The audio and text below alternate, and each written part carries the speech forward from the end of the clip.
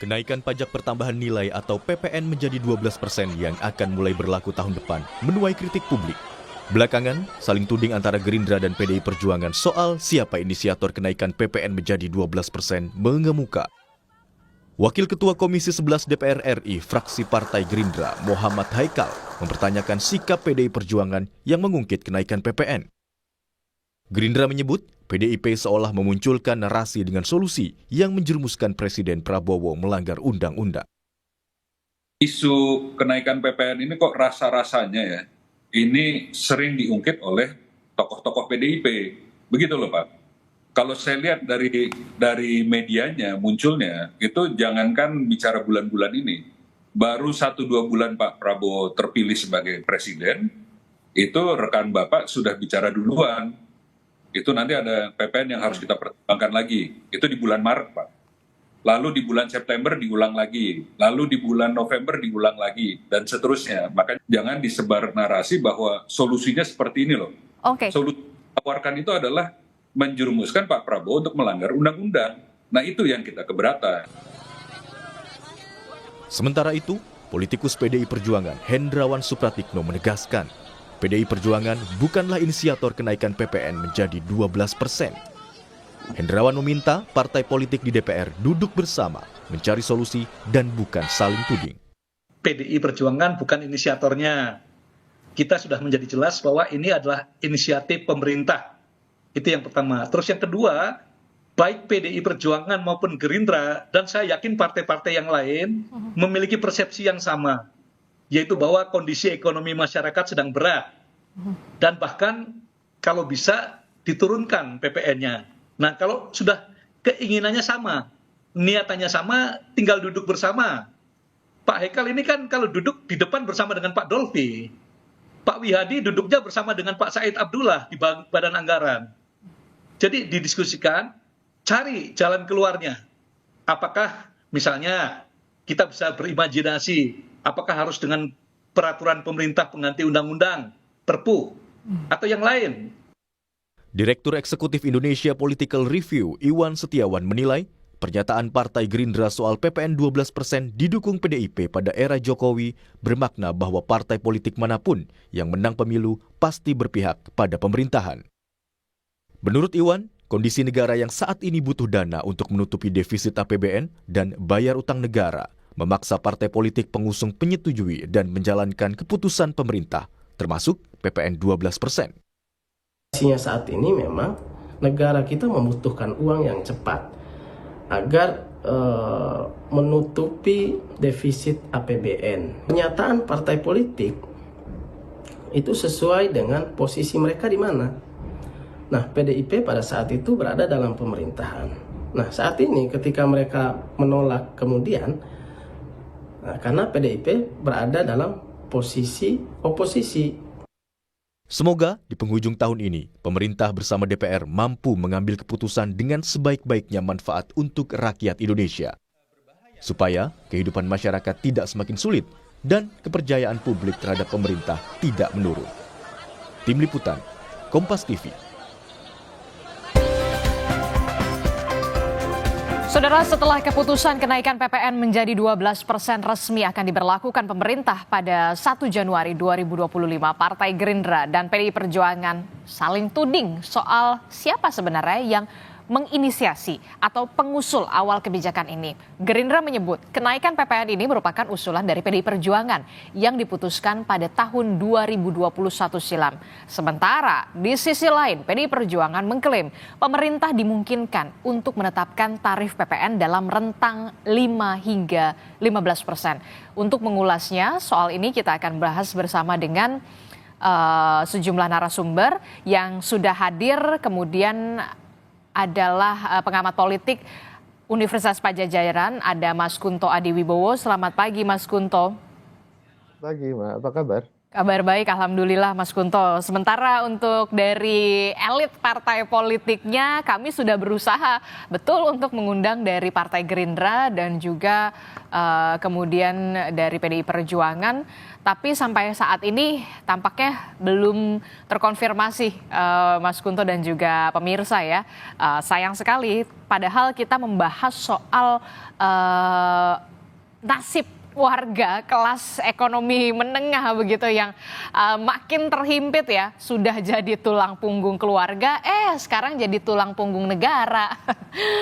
Mas Kunto, ini gimana Mas Kunto? Agak lucu ya dalam tanda kutip. Lucu sekali ketika kebijakan kontroversial dan dirasa banyak sekali merugikan masyarakat, justru elit partai politik yang ada di Senayan saling tuding.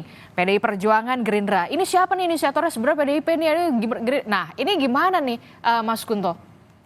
Ya, sejak dari awal isu kenaikan PPN 12% ini kan penuh kontroversi ya Mbak ya. Dan yang tidak membantu publik adalah simpang siurnya informasi tentang kebijakan kenaikan PPN 12% ini gitu. Jadi misalnya di awal Desember tiba-tiba Pak Prabowo setelah mengundang pimpinan Komisi 11 dan habis itu Pak Misbahun melakukan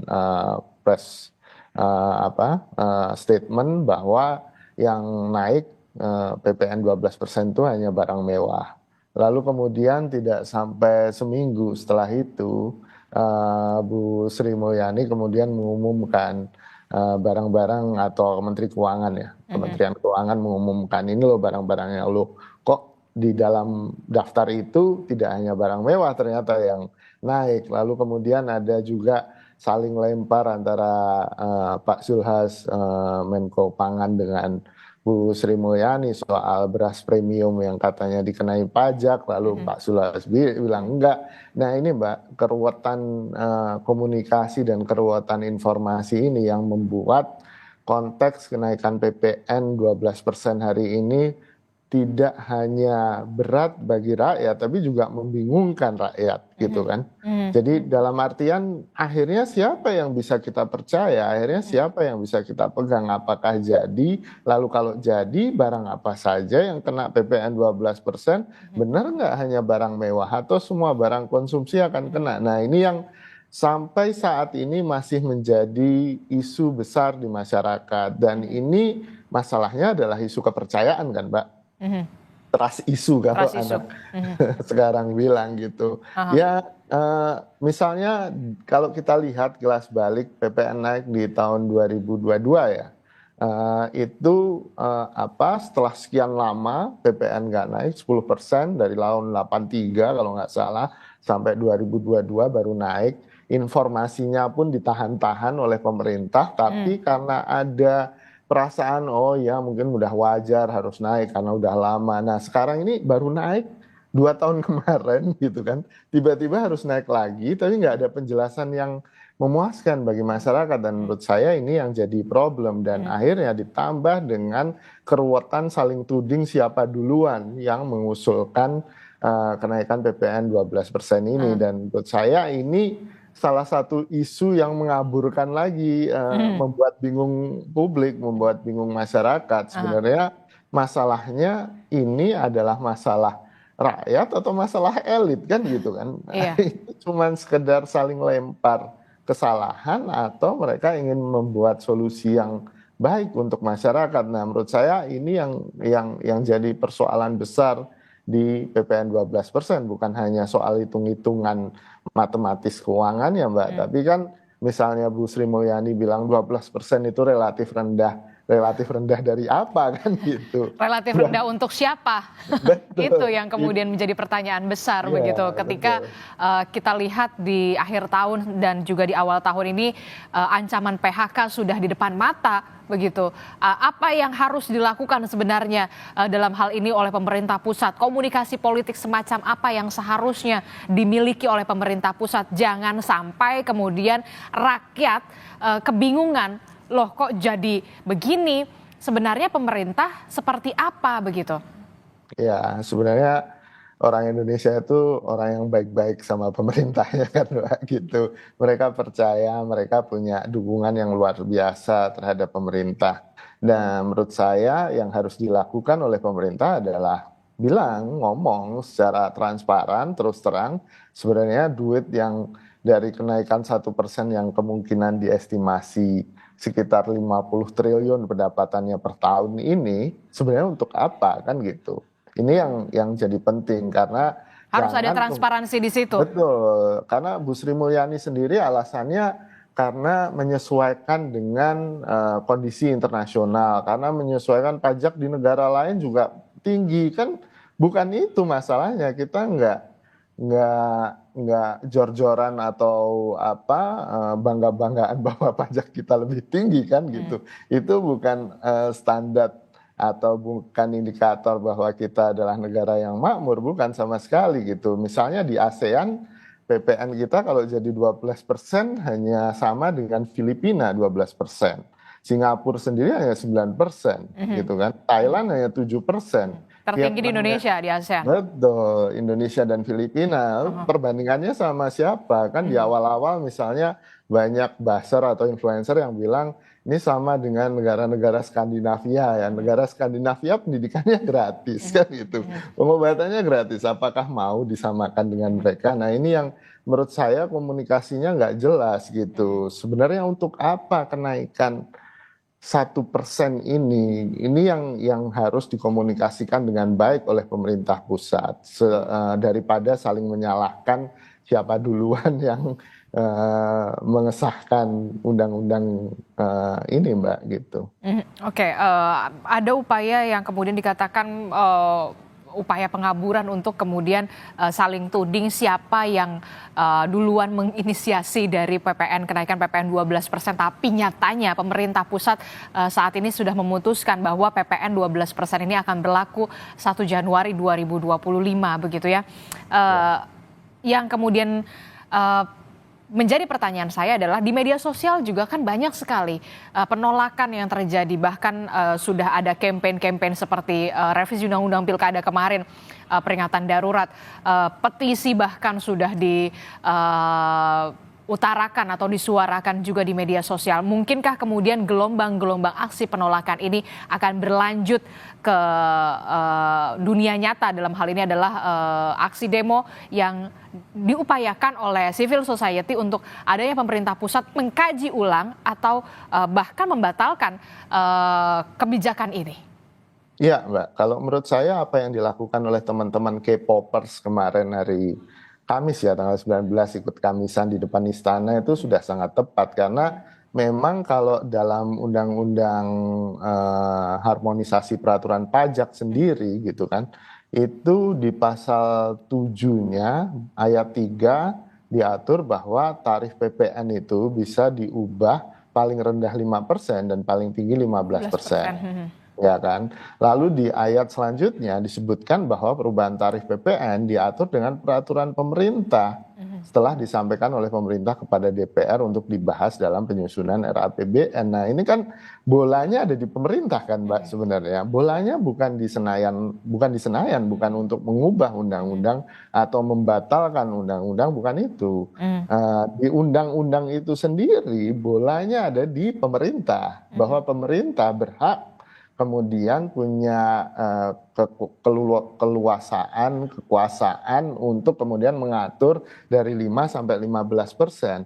Ya misalnya, oke, tahun 2022 kemarin diproyeksi tahun 2025 akan naik 1%. Tapi kan kondisi dalam perkembangan 3 tahun terakhir kan di luar proyeksi apa yang sudah kita bikin di 2022 kan, dan sangat mungkin kemudian pergantian pemerintah, kondisi ekonomi, bahkan kondisi ekonomi dunia juga harus menjadi pertimbangan pemerintah untuk kemudian ya tadi sesuai amanat undang-undang menentukan 5-15% kan gitu. Kalau 12% ini dirasa memang tidak sesuai dengan kondisi objektif masyarakat, ya harusnya pemerintah bisa menurunkan itu gitu, bisa menunda atau bahkan menurunkan pajaknya PPN ini, tarif PPN ini. Dan menurut saya dorongan dari masyarakat sipil, dari warga, dari kelas menengah yang memang sudah jadi sandwich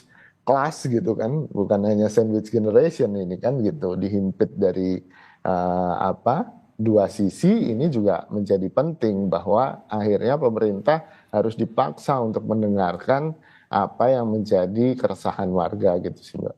Apa yang menjadi keresahan warga, apa yang menjadi kebingungan warga, rakyat mayoritas dengan adanya kebijakan PPN 12% begitu. Mungkinkah kemudian yang jadi pertanyaan, mungkinkah pemerintah pusat akan membatalkan kebijakan PPN 12% ini? Kalau kita lihat ada dua skenario. Sebenarnya bisa kalau dibatalkan dengan penerbitan peraturan pemerintah atau PP, atau kemudian ada pihak yang mengajukan judicial review ke MK. Tapi kemudian kalau kita tadi melihat pemerintah pusat, mungkinkah kemudian seorang Presiden Prabowo Subianto akan melakukan penerbitan peraturan pemerintah atau PP di sini?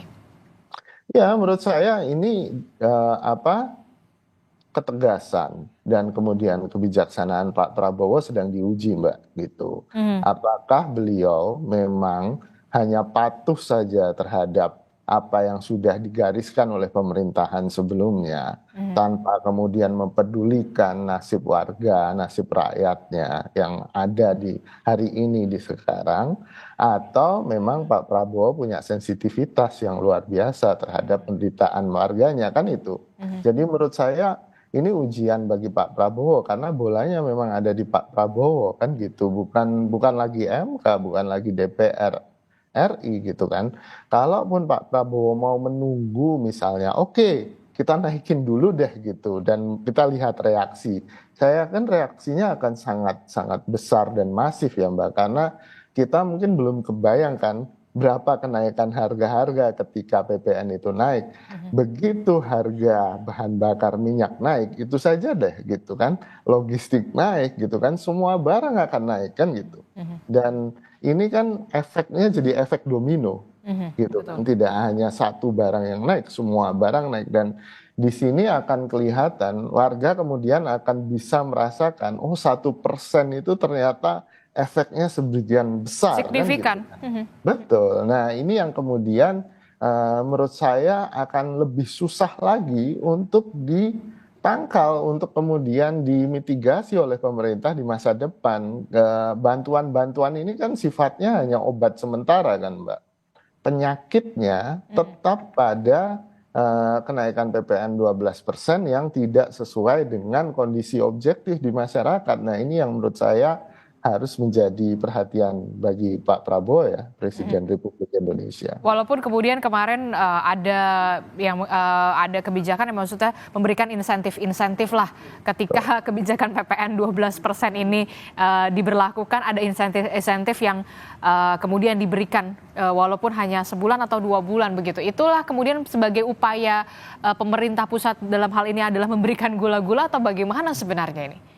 Iya, ini hanya menunda masalah saja Pak, kalau menurut saya gitu, supaya nggak kena di awal tahun gitu kan, atau kemudian mungkin pemerintah berharap ada perubahan kondisi ekonomi yang membaik dalam waktu 2 bulan. Tapi menurut saya itu wishful thinking sih, ya boleh-boleh aja. Cuman kan saya bukan ahli ekonomi, tapi menurut saya akan sangat sulit ketika masyarakat sudah terbiasa dengan bantuan itu 2 bulan, tiba-tiba dihentikan, lalu kondisi real dan kondisi objektifnya memang sangat memprihatinkan, ya keresahan masyarakat ini pasti akan muncul, dan kos politik, kos sosial, dan kos keamanannya jauh lebih besar gitu daripada menunda kenaikan atau membatalkan kenaikan PPN 12% ini. Jadi menurut saya pemerintahan Prabowo harus berhitung sih Mbak gitu, bahwa ada kos lain yang mungkin juga sama mahalnya atau lebih mahal daripada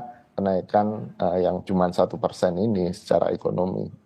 Oke, itu tadi dari segi ekonomi ya. Kemudian kalau dari sisi politis, dari segi politik, bagaimana dampaknya terhadap pemerintahan pusat, pemerintahan Prabowo Gibran ketika memang kebijakan ini benar-benar ketok palu akan dilakukan 1 Januari 2025 seperti skenario awal.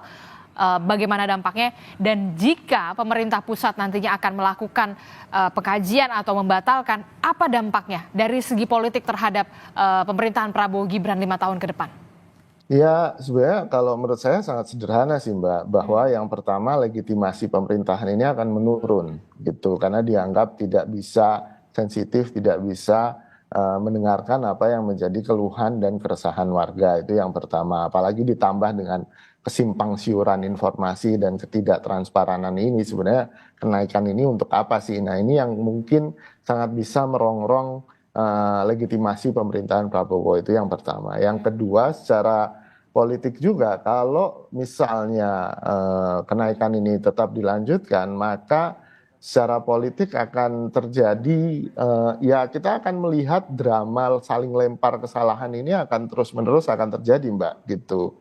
Karena tentu tidak ada yang mau disalahkan kan, dengan kondisi yang memang mungkin menimbulkan protes di masyarakat atau keresahan masyarakat, dan saling lempar ini menurut saya akan jadi tren ke depannya gitu, saling lempar masalah entah itu antar partai politik, antar menteri, atau antar institusi atau lembaga pemerintah. Dan ini menurut saya akan bahaya, pada akhirnya kan masyarakat akan mendengarkan siapa gitu kan, kebingungan ini yang akan menambah ketidakpuasan dan delegitimasi bagi pemerintahan Prabowo. Ini yang menurut saya kos yang paling besar bagi pemerintahan Prabowo. Kalaupun dibatalkan dan dengan komunikasi yang bagus, dan menurut saya tim komunikasi kepresidenannya Pak Prabowo canggih-canggih kan itu, mereka kan ahli-ahli semua dan harusnya bisa lebih baik lagi kemudian mengkomunikasikan ini sebenarnya untuk apa dan kemudian kenapa harus naik. Ini yang